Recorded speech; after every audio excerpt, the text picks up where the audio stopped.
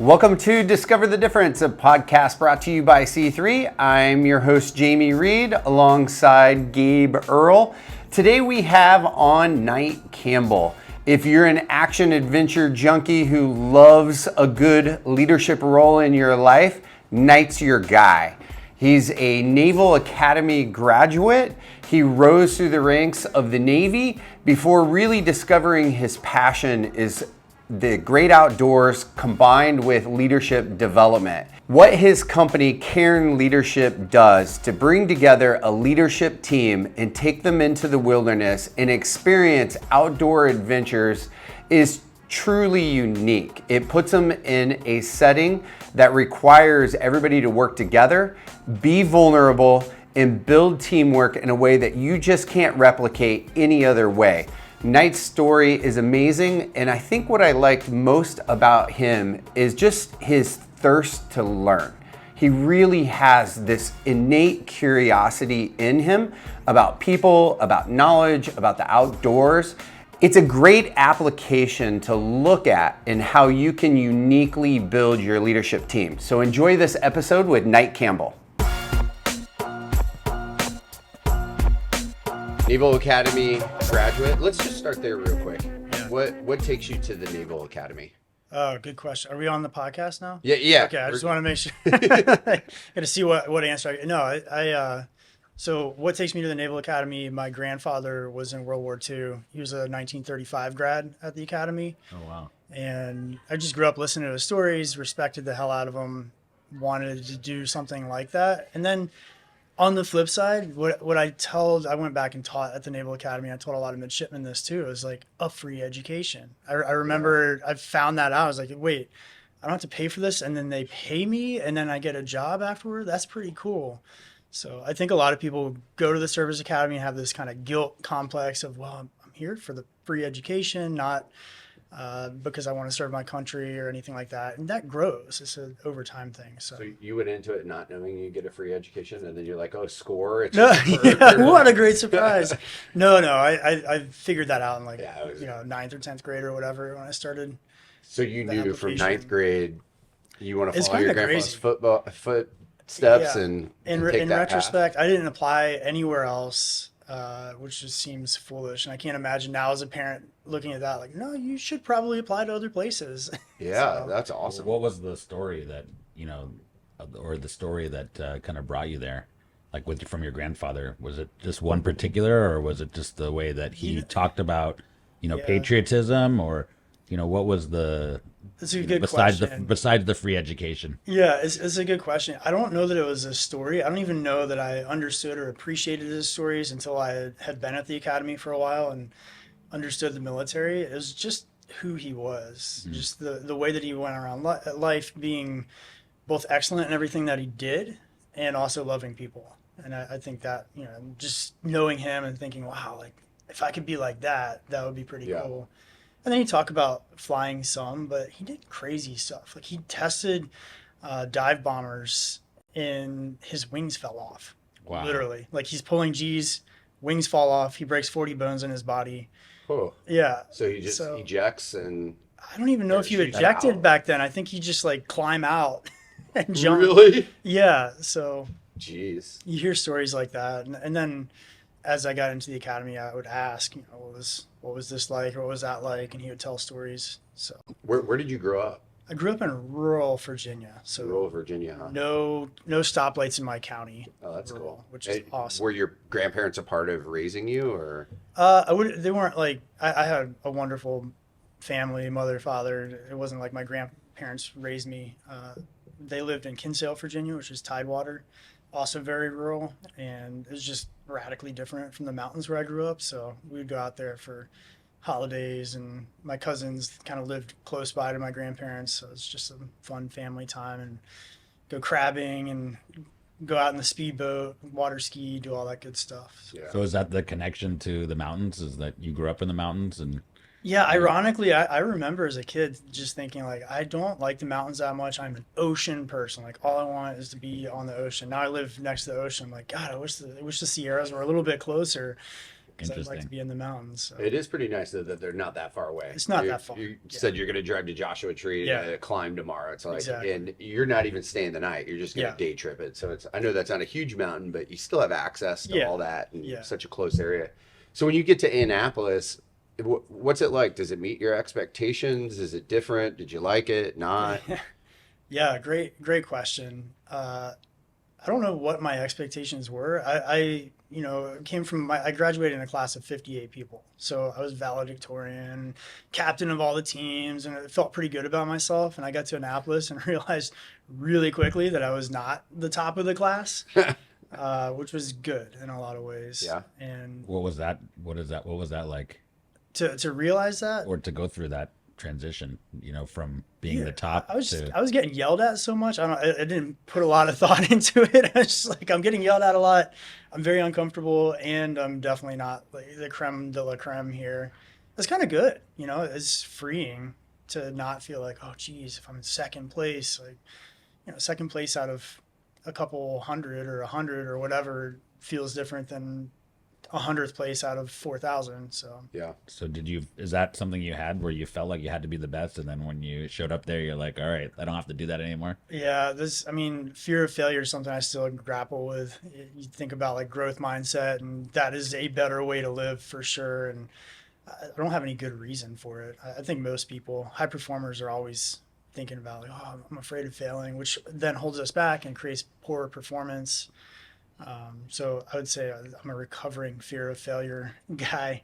You're working on it. Yeah, I'm working on it. You back, or is my that your driving 4-year-old force? helps me a lot. That's a great question. We talk about imposter syndrome too, and everybody, imposter syndrome is so bad. And this woman who's a MD wrote an article like, yeah, it can be unhealthy, and because of that, it's driven me to success. So. Yeah. Because we all have fear, right? Like that fear of something exists in everybody. It's kind of like, how does an individual decide if they're going to channel it to drive them versus, almost overcome them? That's the difference between the high performers and not. Well, here's the thing. When I studied fear of failure at Maryland, what was really interesting to me is if we're afraid of failure, like I can get straight A's. And so I make my goal like, I want to get like A-, B+. And everyone around me is like, oh, that's like a great goal, Knight. Like you're crushing it. And if I get A's, I'm like, great, I got A's, that's even better. And if I get A-, B+, I'm like, yeah, I hit my goal. And so it holds you back a little bit. Like you don't actually drive as much if you're actually worried about failing. Whereas if you have learning goals and you're like, I want to learn calculus, like that's my biggest regret from the Naval Academy. I got good grades. I did well there. I didn't learn a whole lot because I was so worried about getting good grades and class rankings and getting into flight school and all those things. I never sat down and thought, okay, I want to understand calculus. I'm like, I just got to go through the motions, make sure I get the right answers, move on to the next class. It's a little bit more about the journey versus the outcome kind of mindset too, right? If you're just always focused on what the end is, you're missing a lot of experience in between those 2 points, Big time. And I think we're going to talk about mountaineering today. I'm excited for that. But that's like the thing I learned from the mountains. I remember distinctly the mountain that I proposed to my wife on in Colorado. At some point I was like, this sucks. Like it's cold. I don't like this. I hope we get to the top. And I kind of had this realization, like I shouldn't be mountaineering if the whole process sucks except for the top. Right. And then the whole down climb sucks, and if I don't make it to the top, I've just wasted a weekend or whatever because it's a failure. What a terrible way to go through life. I've had that, by the way, I've had that experience. I'm so. But I did make it to the top. He did make it. But I did want to kind of go back to that because I think there's analogies there. But this idea of imposter syndrome, because I think a lot of high performers or most high performers have that. Yeah. And what do you think is the reason why high performers have this imposter syndrome? Yeah, it's the stories we tell ourselves, and I'm shocked. Like we have great executive clients, and we get out to Joshua Tree, and things get real, and they're like, "Yeah, I've got imposter syndrome." I'm like, you're running a multi-million-dollar company. Like what? I look up to you. What are you talking about? And I have it all the time, and I know people. I have it too. I talk about it. Everybody does. Yeah. I think everybody has it in them somewhere, Right. What causes that? I think it's partly that fear of failure. It's fear of, I'm in this place. I don't know if I deserve to be in this place.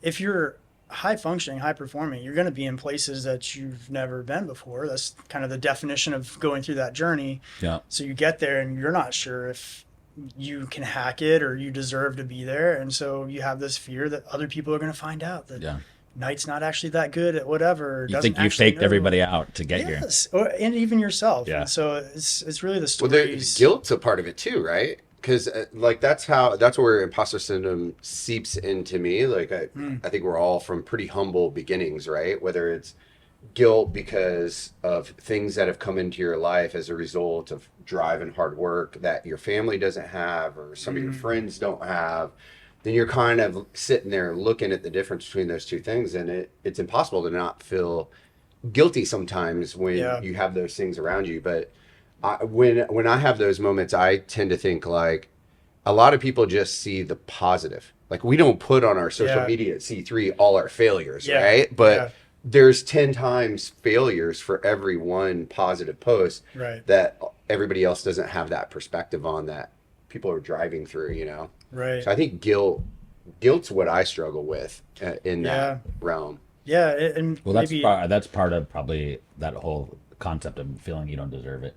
That's the guilt, right? Yeah. You're not good enough, or why do I have the success and my friend in high school doesn't, when I know they're just as good of a person, you know, probably just as many skills. They just got a different shape. Or a family member, or, you know, a sibling or whatever that is.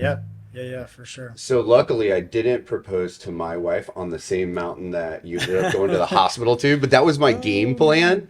And I pivoted in the last second. But what peak was it that you proposed to your wife on? It's Mount Elbert. It's the high point of Colorado. So we're trying to climb all the high points in all the different states. And we didn't quite make it to that one. Yeah, not yet. What's the height on that? 14 something. Okay. Yeah.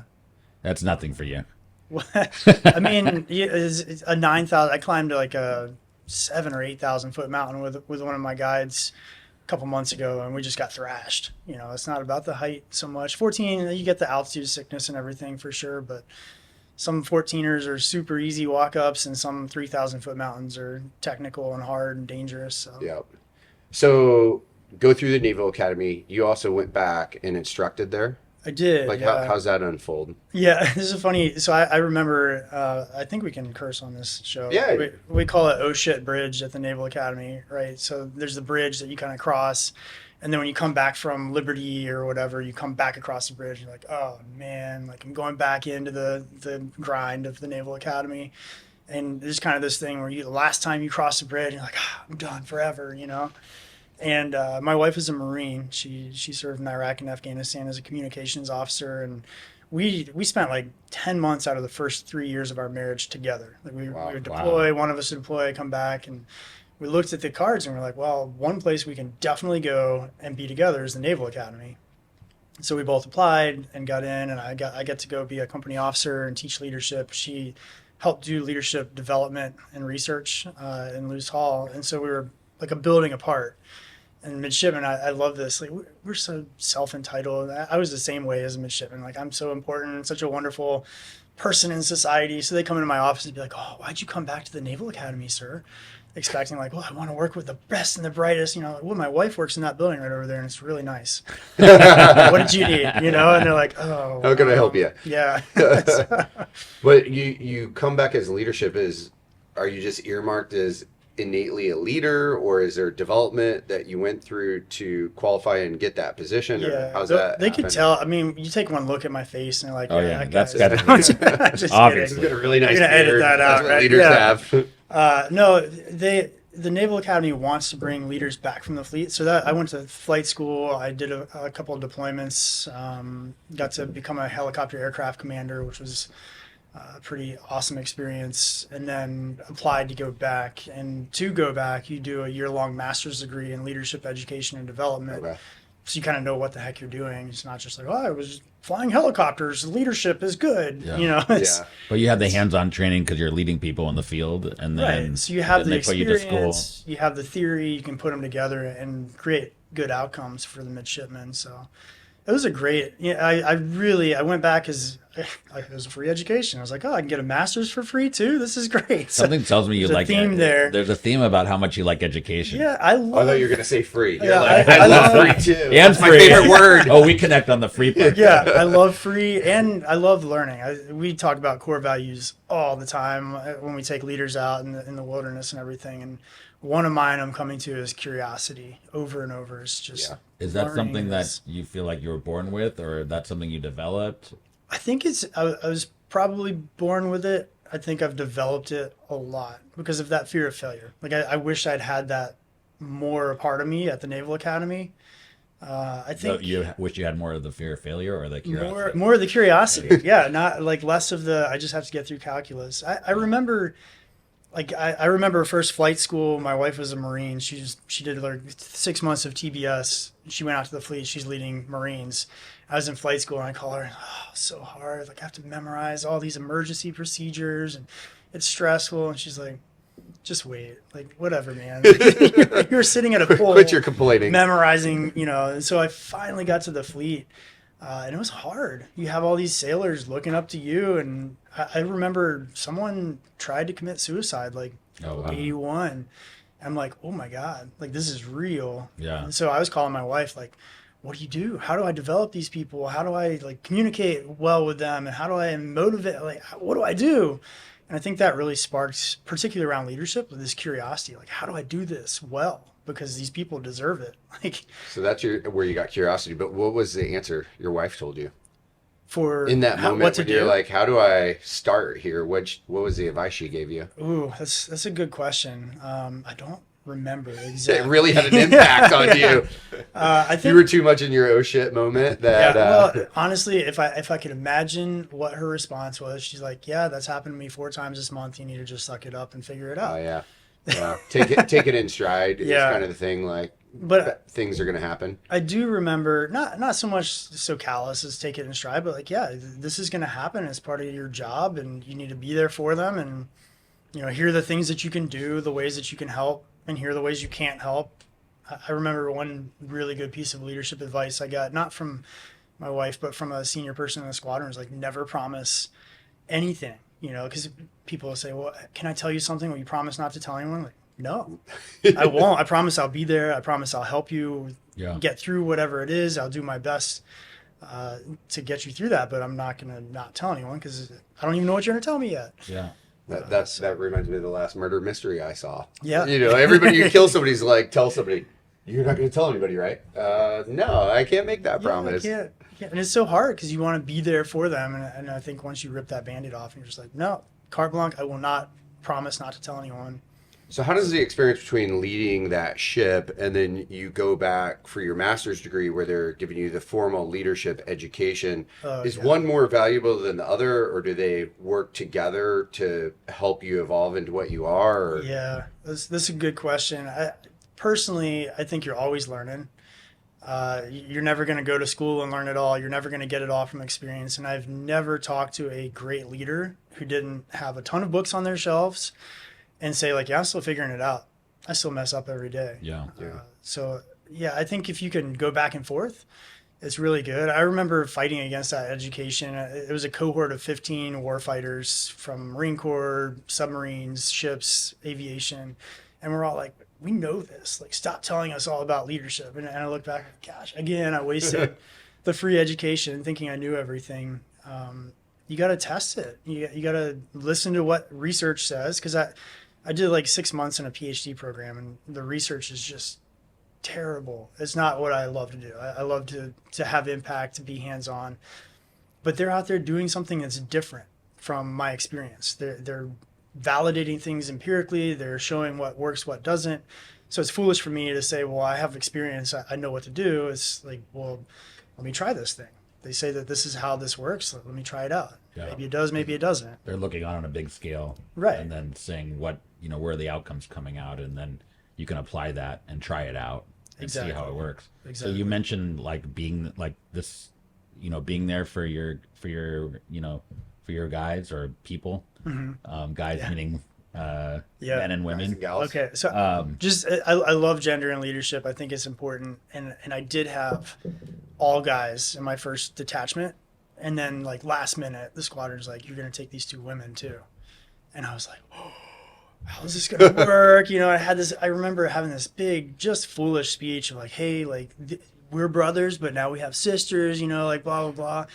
Those 2 women were by far the best performers in my unit under deployment out of sea. So yeah, it's just a funny memory. Like we make these assumptions and the brotherhood or whatever, and don't realize that the women are going to bring probably more to the table than we do. So Yeah, that's a Yeah. good point. Well, that's also, we see that in the workplace too. And Oh, yeah. a lot of times I was just talking with, at this conference I was at with one of the female execs at another agency, and she really talked about making room, and that's making room for female leaders, and then also just checking in, just making sure, because there's so much unintended bias yeah, from male leaders that it's more about just checking in, because we don't even know that we might be having a bias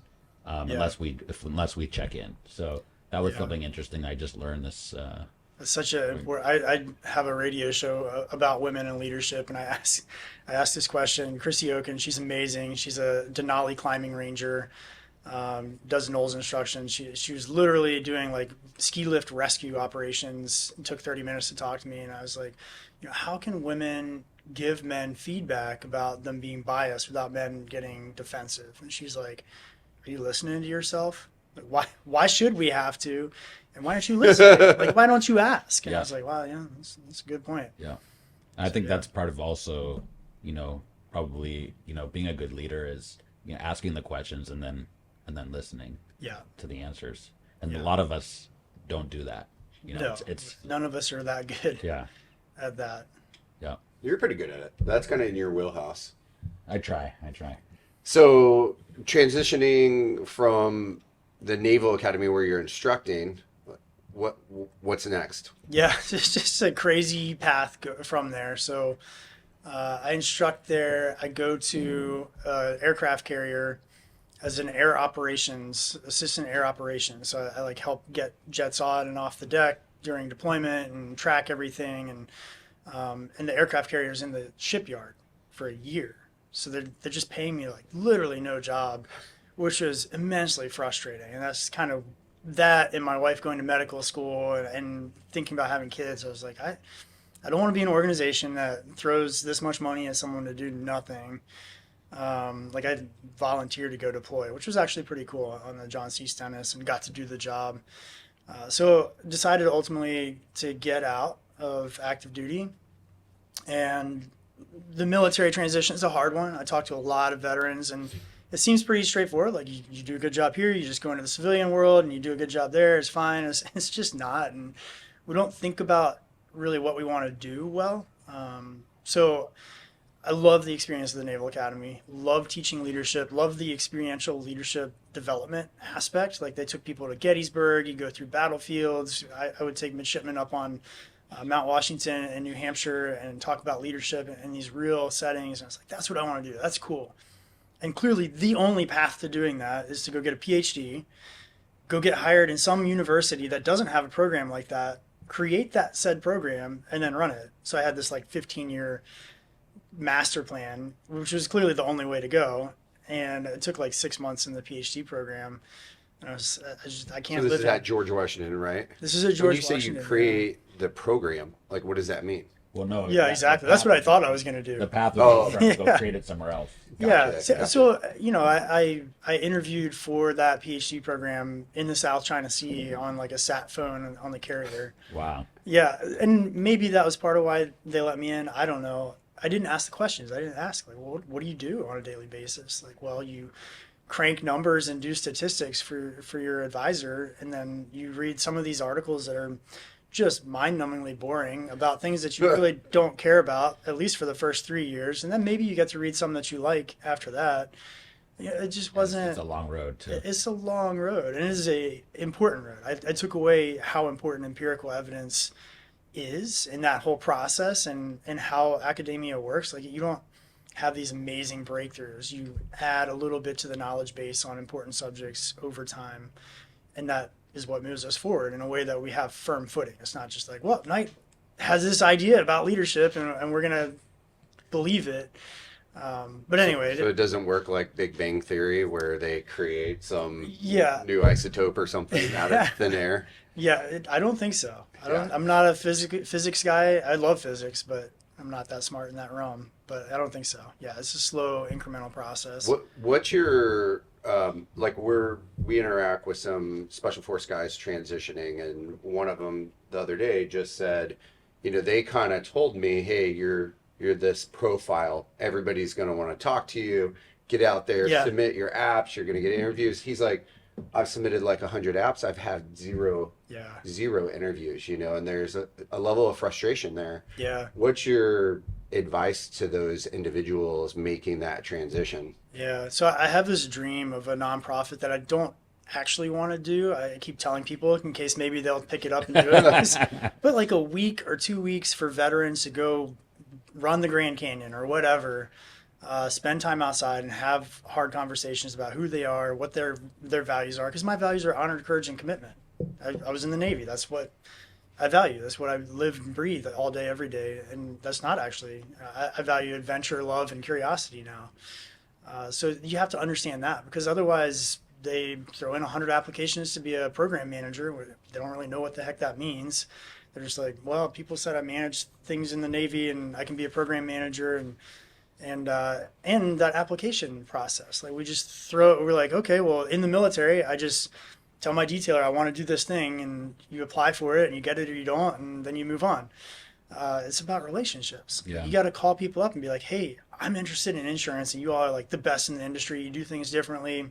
Can I get a coffee for you? Can we talk about it before you need the job? Yeah. And 6 months, 8 months, a year later, you're like, hey, Gabe, like, we had that coffee that time. I've been learning all this stuff. I took this class. Like, if there's ever an opening, that's how you get the job. And the military doesn't set you up for that. It's like, apply, you get it or you don't. Apply, you get it or you don't. And that's the way it goes. It's kind of more, it's a machine, right? There's a system that functions Right. a certain way. And in the real world, self-advocacy becomes like Right. a huge thing that has to be, put out there Yeah. in order to go places. I wonder if that's intentional in the military to try to be unbiased or something. It's just easier. Yeah. You have a homogenous group of people, and you can just kind of, everybody's coming from the same place, and you can only apply for this thing if you meet these wickets and you're in this kind of place, and it's just a big organization. Yeah. For It's a better lot or of box worse. checking, A lot of box checking. Yeah. which doesn't happen in the real world. Well, yeah. Well, I mean, it happens, but not Okay. not the same degree. Yeah. Not the same way, Yeah. for sure. So then, Cairn Leadership, your organization you lead now, Yeah. along with Abigail, how do you two come together? How's that process start? Yeah, so fast forwarding a little bit, PhD program doesn't work out. I'm tearing my hair out. Like, well, the only plan to get me to where I want to go is not going to work. What do I do? And I had a leadership coach, Sharon. I'm not sure if I'm thankful for her doing this or not, but we're talking over coffee. I'm like, I can't spend 5 years in DC. I don't like doing this. I want to be outside. I know there's power there. I want to be working with leaders. And she's like, well, why don't you just take leaders outside and work on leadership? Yeah, Pretty simple actually. advice. Yeah.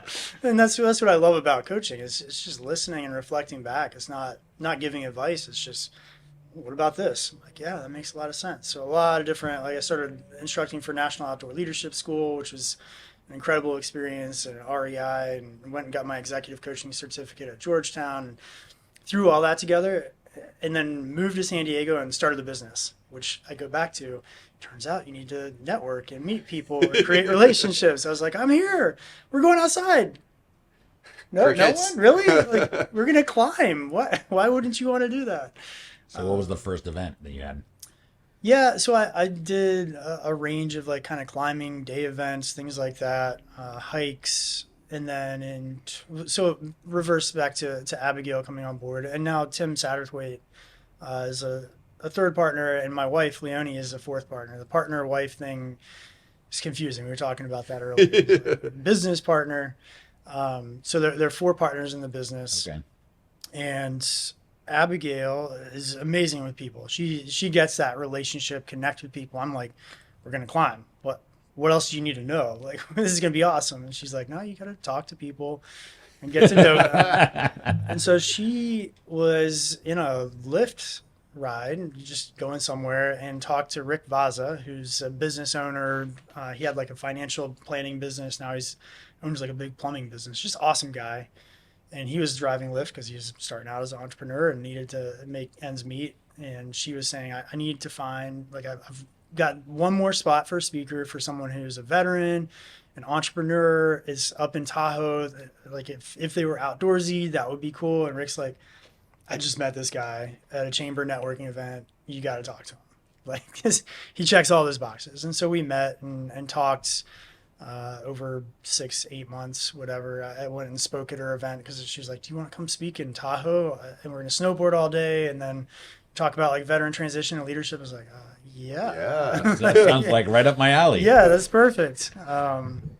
So we started our first event, what they look like today, Crux Adventures, kind of weekend adventures.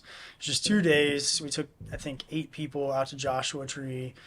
And there's so much has changed in nuance and just thinking about learning theory and development and how we can maximize what people take away. But the basics of what we did is still what we do, which is pretty cool, where we took people out, had hard conversations about leadership, and then little things like we share appreciations for everyone every night. And it seems kind of like, oh, geez, like I have to thank people. But what a great way to approach life. And I love it. I love sitting in it. I love giving them. And then I try. I'm not great at it, but to bring that back to my day to day, like appreciate people. So little things like that we build in have stayed, which is cool. Can you give some examples of like the impact that you're seeing where, because I know, you're really mixing this outdoor experience with leadership. How does that really connect together? Yeah. So there are a lot of different ways on a team. So we took 6 general managers from a big company out last year. They are so much tighter, just basic cohesion, and they know each other. Like we talk about core values a lot. We have hard conversations. You see people sweating and grunting and, maybe cursing the weight of their pack or whatever it is. You get to know each other on a real basic level, which I think breeds a lot of trust. Like if I know you really well, there's no question. I'm not like, well, what is Jamie going to be like under stress? I don't know. I know now, for better or worse. So you get that cohesion. I think that's one easy thing. Like we do a great job of fostering that, and the outdoors does that too. I encourage teams to just go outside, go for a hike. It'll help you out. But then the experiential, we're going to get to the mountaineering stuff. See it in your eyes. About how you're saying trust. I'm like, it creates trust unless you drop your partner off at the hospital and go have beers. Then you have distrust. And then you have distrust. Well, you have to, you have to do it right. But then there's the experiential learning cycle. So we know that you retain learning better if you're emotionally engaged in the process. We know that doing things, experiencing things creates stickier learning. So when I was at George Washington, I studied transfer of training. 10% of training in general subjects like leadership transfers. So you do training, 10% of that comes back to the office and sticks with people. That's really low. Right. And it's a multi-billion-dollar industry, so we're paying a ton of money for stuff that doesn't stick. One of my favorite examples, we had a CEO. She'd started a company, really successful. She's looking at potentially moving into a bigger company, not in a CEO role, and she was struggling with that decision. And we were rock climbing in Joshua Tree for this one. And if you're rock climbing, a big key is shifting your weight smoothly and fully to your next step. You can't half your weight on both feet because then you don't have as much friction. And so she was really struggling with this step because she wouldn't commit to the next step. And she finally did and stuck it, made it to the top. And then she comes down, she's like, I got to commit. Like, I can't half-ass this. I've got that step. Yeah. And you remember that forever because you're kind of scared and then you have this like euphoria. I made it through. I made it to the top. So that's one example. Another, just 2 weeks ago, we were in Joshua Tree climbing, having a grand time with this group of leaders, and thunderstorms roll in. And they kind of roll in really slowly. Like you can kind of see, like, yeah, it's real bad over there. Coming. But it's just so slow. And we all want to climb. We're like, oh, let's go climb. And then it comes like a little closer. And we're like, oh, we could go back to camp or we could climb, but it's not really clear how dangerous it is. And then I see lightning. I'm like, okay, this is dangerous, but it's not that dangerous. Like it's pretty far away. And we kind of slow roll this decision in a way that's not really helpful. Like if you were leading a group of people and you're like, well, I don't know. It's frustrating for people. There's no clarity. Yeah. There's no structure. Like all the things that I teach, and like, how are you going to make the decision as a group? Okay, commit to that decision-making process. Do the decision. Get all the information. Like it's very cut and dry. It turns out, like in business, just like rock climbing and thunderstorms, it's not cut and dry.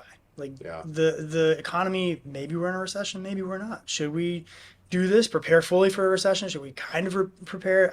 I don't know. And so we debrief. We end up making a decision, put a tarp up just in time, get shellacked by this thunderstorm, but we're sitting under a tarp, we're safe. And we're like, what worked? What didn't work? What would you do differently there in that decision? And one of the participants is a company owner trying to make these hard decisions. He's like, I'm going to take this back. Like now I know I'm slow rolling this decision. I'm not involving the people in the way that I should be. And he can make that decision much faster. So both of those examples are things that just unfolded. Like I could get together with 6 friends, go climb Joshua Tree, and I could have that epiphany, right? How much of what you're doing when you take a group of leaders out together is just natural unfolding while you're doing something together, and how much is like facilitation, structured facilitation? Is it a balance or? Yeah, great question. I would say we have really good facilitators, so it's all kind of structured facilitation. And we always say, like, we're not off script, we're just dynamic, right? Yeah. So we weren't going to talk about decision making at all, but we talked about experience and education. We have experienced business leaders guide for us. So they're people who have been in the Marine Corps for 10 years. Now they work at a senior level in Amazon and they love the outdoors. We teach them how to keep people safe, give them the medical certifications, all that good stuff. And then they can go out and talk about decision making. Be like, yeah, last week, this was really hard for me and here's how it played out. So they have their own experience that they're sharing. Right. And they have the backbone. We have a pretty robust curriculum at this point of different thoughts about decision making. Like we talk about OODA Loop, and Annie Duke and her work is fantastic. And we can pull on all those different strings. So we might give conflicting advice, or theories, because it kind of matters who is taking the advice and where they're going. Even our guides might say, well, I wouldn't do it like that. And another guide would, and that's great. But we are pulling on evidence-based empirical research, thought leaders, and like that decision making. I'm like, hey, give me 10 minutes. Like, I'm going to structure this conversation, and I'll be like, oh, we made a decision. What's up, guys? So really kind of getting a diversity of thought. Diversity of thought, both from our guides and from research and what's going on in the leadership field. And we plan, I think we planned on talking about flow states because it's fascinating and there's a ton of research around that. And we often hit that in rock climbing. Like there's a struggle phase and you release and go into flow. And like, I watched this guy do it. I'm like, oh, you remember that point where you wouldn't listen to me? Like just 6-inch steps. And he's like, yeah, no, that was not going to work. And then you did it and all of a sudden it worked and you just like a rock. He's like, yeah. So what's the secret of staying in flow? Oh my gosh, we're gonna have another podcast. Don't, for one, because it's exhausting. You forget to eat and take care of yourself. Like you kind of go through. So these are cycle. Spurts, right? Exactly. So yeah, we were talking about flow states and then communication, and we talked about information theory, which is fascinating. Claude Shannon came up with this, how we do digital information transfer, basically. But they're applying like noise in the system and all these concepts to make it more clear. Like, there's analogies and metaphors. I could talk about like these are the 5 keys to good communication as a leader. Like, great. It's like any keynote speaker. It's a wonderful message. You're like, yeah, that all makes sense, and you don't do it. But if you're like, here's how we communicate on digital format, like how bits literally transfer, and you have the handshake protocol. And so now you have this other language. You're like, oh, I need to close the loop with Jamie because handshake protocol. Like, I don't even know if he got the email. He didn't reply. So I just pop by and say, hey, did you get that email? And you're like, no, I haven't checked my email at all. And you're like, oh, this client needs this thing in the next hour. Like, it's important. And you have that story and kind of structure. And then you go belay someone and you see it in action. You can't be like, oh, I kind of think you have a belay or something in climbing. And you're like, whoa, what? Are you belaying me or not? Yes, you are on belay. Great. My belay's on. Like, keep it simple, keep it clear. So is rock climbing one of the main activities, or is there a whole breadth? Yeah, there's a whole breadth. Like, are they like 2-day experiences, 1-week experiences? Like, how does it, what does that look like? So we do open enrollment 2-night experiences typically on the weekend, and that goes from rock climbing, mountaineering. We got to get to mountaineering here. Yeah. Mountaineering. Let's go there right now. Yeah. Canoeing, backpacking, camping. We're going to start whitewater rafting this year. So we try to make it, I think of it as people are always scared, like, well, I don't know if my people can do that. I'm like, well, first of all, you're literally holding your people back without even asking them or seeing if they can do that. And second of all, if you've never been outside, like, maybe go canoeing and camp. And that's going to be just as uncomfortable for, you'll have been on mountains, so go climb Mount Baker. And you'll have kind of the same level of discomfort and be pushed out of your comfort zone just a little bit. So we do. So they're we do customized to the group. Customize. So those are open enrollment. And then with companies, we customize. We do hut trips in Colorado. We did this amazing trip where we backpacked across Catalina for a couple days. Is it? Huts.org. That's where I dropped him off at the hospital. Nice. Yeah, that's where I got. That's good to And know. almost proposed to my wife. Same place. Jackal. Not at the same Jackal time Pete, though. If That's you've ever been there. Pretty selfish to get in the way of the proposal, if you ask me. But That's why he dropped me off at the hospital so we could go propose to his yeah, wife. right. And then he's Well, let's talk mountaineering. yeah, Like, let's that's do your it. passion, Let's do right? it. One of them. Yeah. There's going to be people who listen who aren't, we know there's a mountain involved, but could you just give us a baseline? What is mountaineering for people who don't know? People ask that all the time. And there's not really a clear definition. For me, it is climbing up something high that involves a couple different technical skills. So it might be multi-pitch rock climbing and scrambling and a little bit of snow. It might be an ice pitch. It might be skiing. You need some different skills to get to the top. Often it involves glaciers. Like, I think if you're walking on a glacier, you're mountaineering. But yeah, just climbing up high things that require some technical skills. I don't know if I would have known that, actually. No. I would just Yeah. think I thought it was just going up a mountain. going up a mountain was I didn't know it either. And I used to teach rock climbing for REI, and people are always like, well, what is mountaineering? I'm like, Well, then like to go mountains, right? What To do go you back to mean? his question, though, isn't that it's kind of a legitimate question, right? Oh, yeah. Like, are there people that get out there who are like, they get to that point and they're like, hell no, I'm not doing this? Yeah. Or do you get everybody through it? The whole point, this is that journey conversation we had earlier. It's not about getting to the top of the mountain. Like, you can hire amazing guide services who will do that for you. The point is having hard conversations and learning about ourselves, about our team, about how we show up as leaders. So we might not make it to the top of the mountain. Honestly, that's a better outcome, because some people are going to be like, I signed up to get to the top of the mountain. Now I'm not going to the top of the mountain. And they're going to really struggle with that. It's like, well, yeah, but you're a teammate, and we're not going to just leave this person behind. Like, is that what you want to do? Is that how you lead in your company too? That'll make you take a round turn and really think about it, right? So it's not about getting to the top.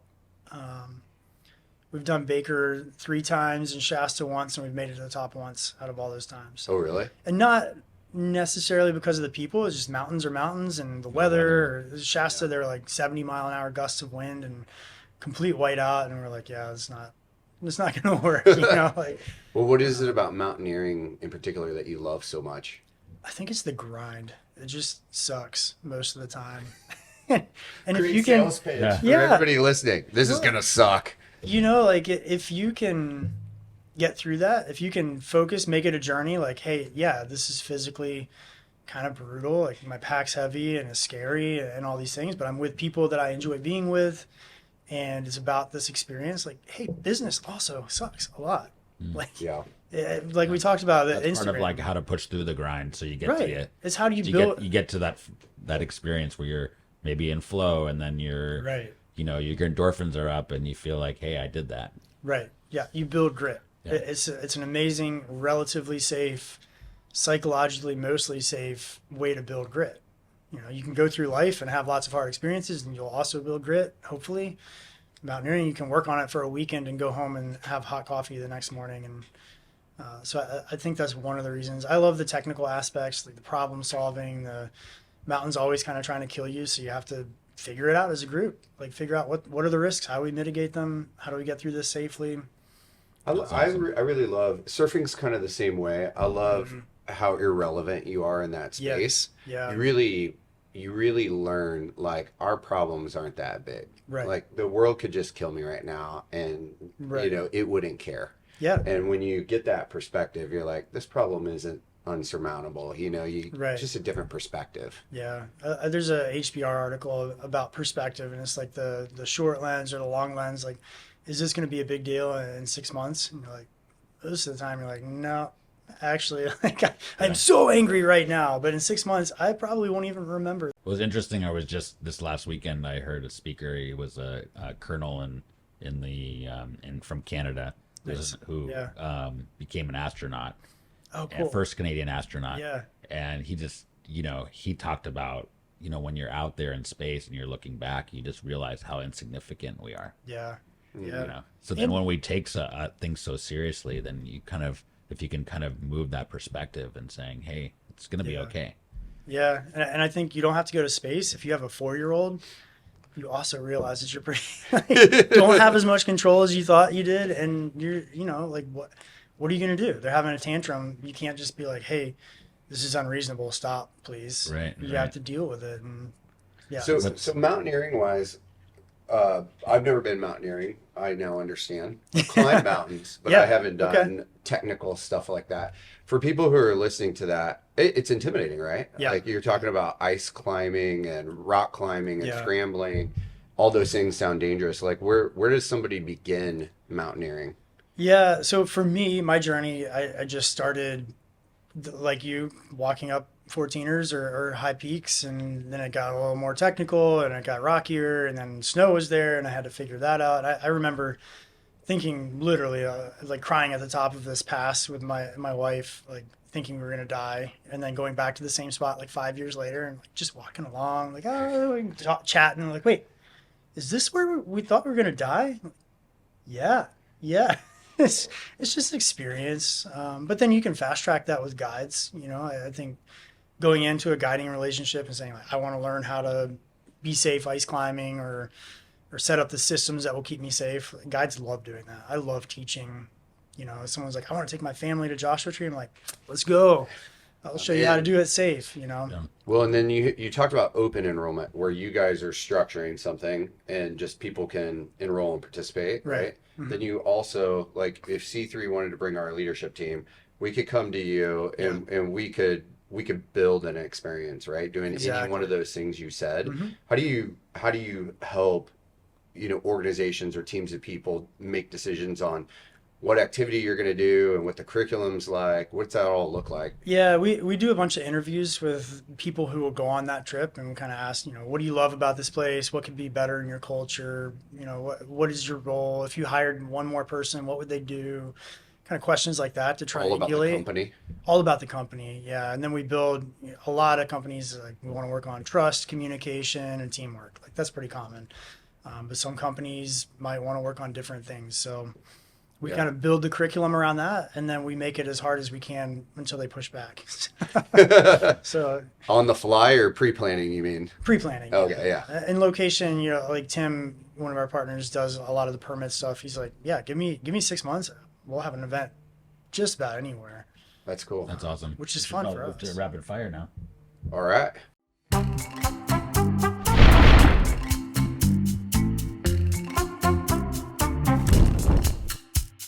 Let's start with what can you do today that you were not capable a year ago? What can I do today? I think I've become way more patient as a parent. Just understanding like I can't control it and I need to be more patient. Like it. Yeah. Such a humbling role to get to be So in. We were talking about it before. Yeah. If you could pick one celebrity or famous person from the past to take mountaineering one-on-one, who would it be? Oh my gosh. I don't like famous people, so I I don't know. Like, I would just take my wife. Yeah, kind of. People, a different form of that question is like, who would you have dinner with if you could have dinner with anyone? My grandfather, like, I would love to pick his brain and go back knowing what I know now. He passed away when I was like, had just graduated, so I had no idea kind of what the military was like, what service was like. I barely understood flying. So I'd love to go back and have those conversations, knowing what I know now. Great answer. I don't know if he'd like to mountaineer or not, but he'd be game. Yeah, this is a hard one. Batman or Superman? Oh man, Superman. Yeah, All I don't know why.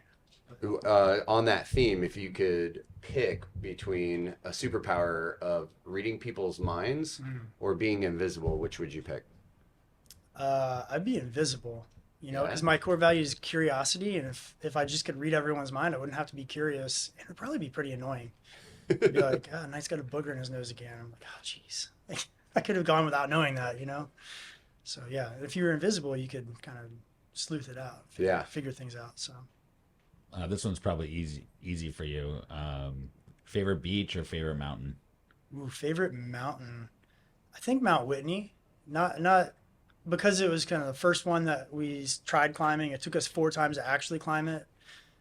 So it's a humbling place, and it's kind of where mountains found their way, like real mountains, West Coast mountains, sorry, East Coast, found their way into my heart. So that's awesome. So you're on the peak of Mount Whitney. What's your celebratory meal and drink to accompany it?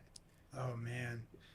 Well, Jude Restas, he's one of my guides. He brought a Rainier beer, like as a summit beer for all these climbs. I did a bunch of climbs with him and another guide. That was awesome. They're like warm, weak, kind of marginal beers, and they taste so good on top. So I'll go with a Rainier beer on top. Right. I love Sour Patch Kids on the way up, and if I could get pizza at the top. Actually, so here's my dream. If you're coming out with me as a guide, maybe I'll do this. I want the Hydro Flask, like, keep things frozen really well. I want to make a milkshake, put it in a Hydro Flask, and get up to the top with a client or whatever, even a friend, and be like, man, wouldn't it be cool to have a milkshake right now? And they'd be like, yeah. I'd be like, cool, here you go. Right? Like, wouldn't that be cool? That's awesome. So, milkshake. Maybe. I like it. So, reflecting back on your journey, now you have all this experience. What would you say to your younger self? Yeah, we've visited a couple of times. Be curious. Like, stop worrying about failing. You're going to fail or not. Worrying about it won't help you. And if you actually learn the material and engage with the journey, like, you're going to have more fun and you're going to learn more. So I like it. That's the biggest thing. And I feel like that could almost be the answer to my question too. So the podcast is called Discover the Difference. We really want people to understand, what makes people different and what makes them tick and successful. So what's that secret sauce about you that's gotten you to where you've been and find success? I mean, my first thought is, my wife, my kids, my family, my parents, my grandfather. We started out with my grandfather. It's the people who are close to you have made a huge difference for me. That's a good answer. Yeah. And then just being passionate about something.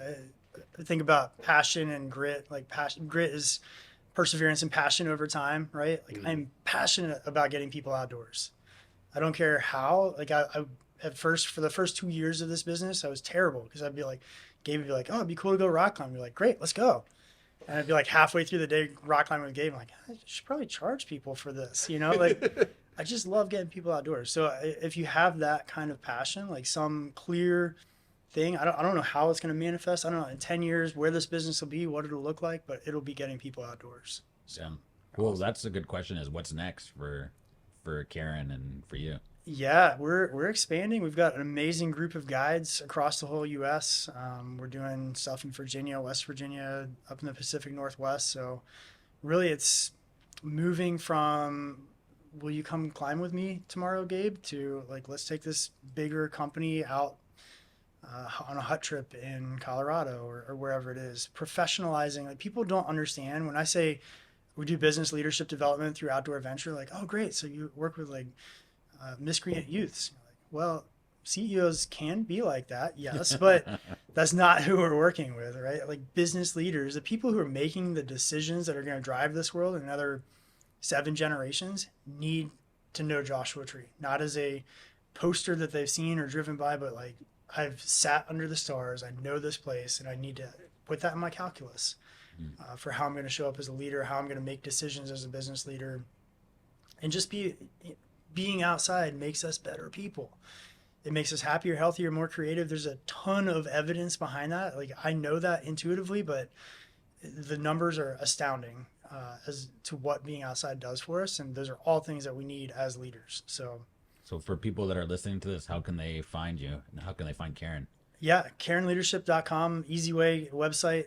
Look me up on LinkedIn. I keep making this joke on podcasts. I'm like, I think I'm the only Knight Campbell on LinkedIn. I probably am, but I don't know.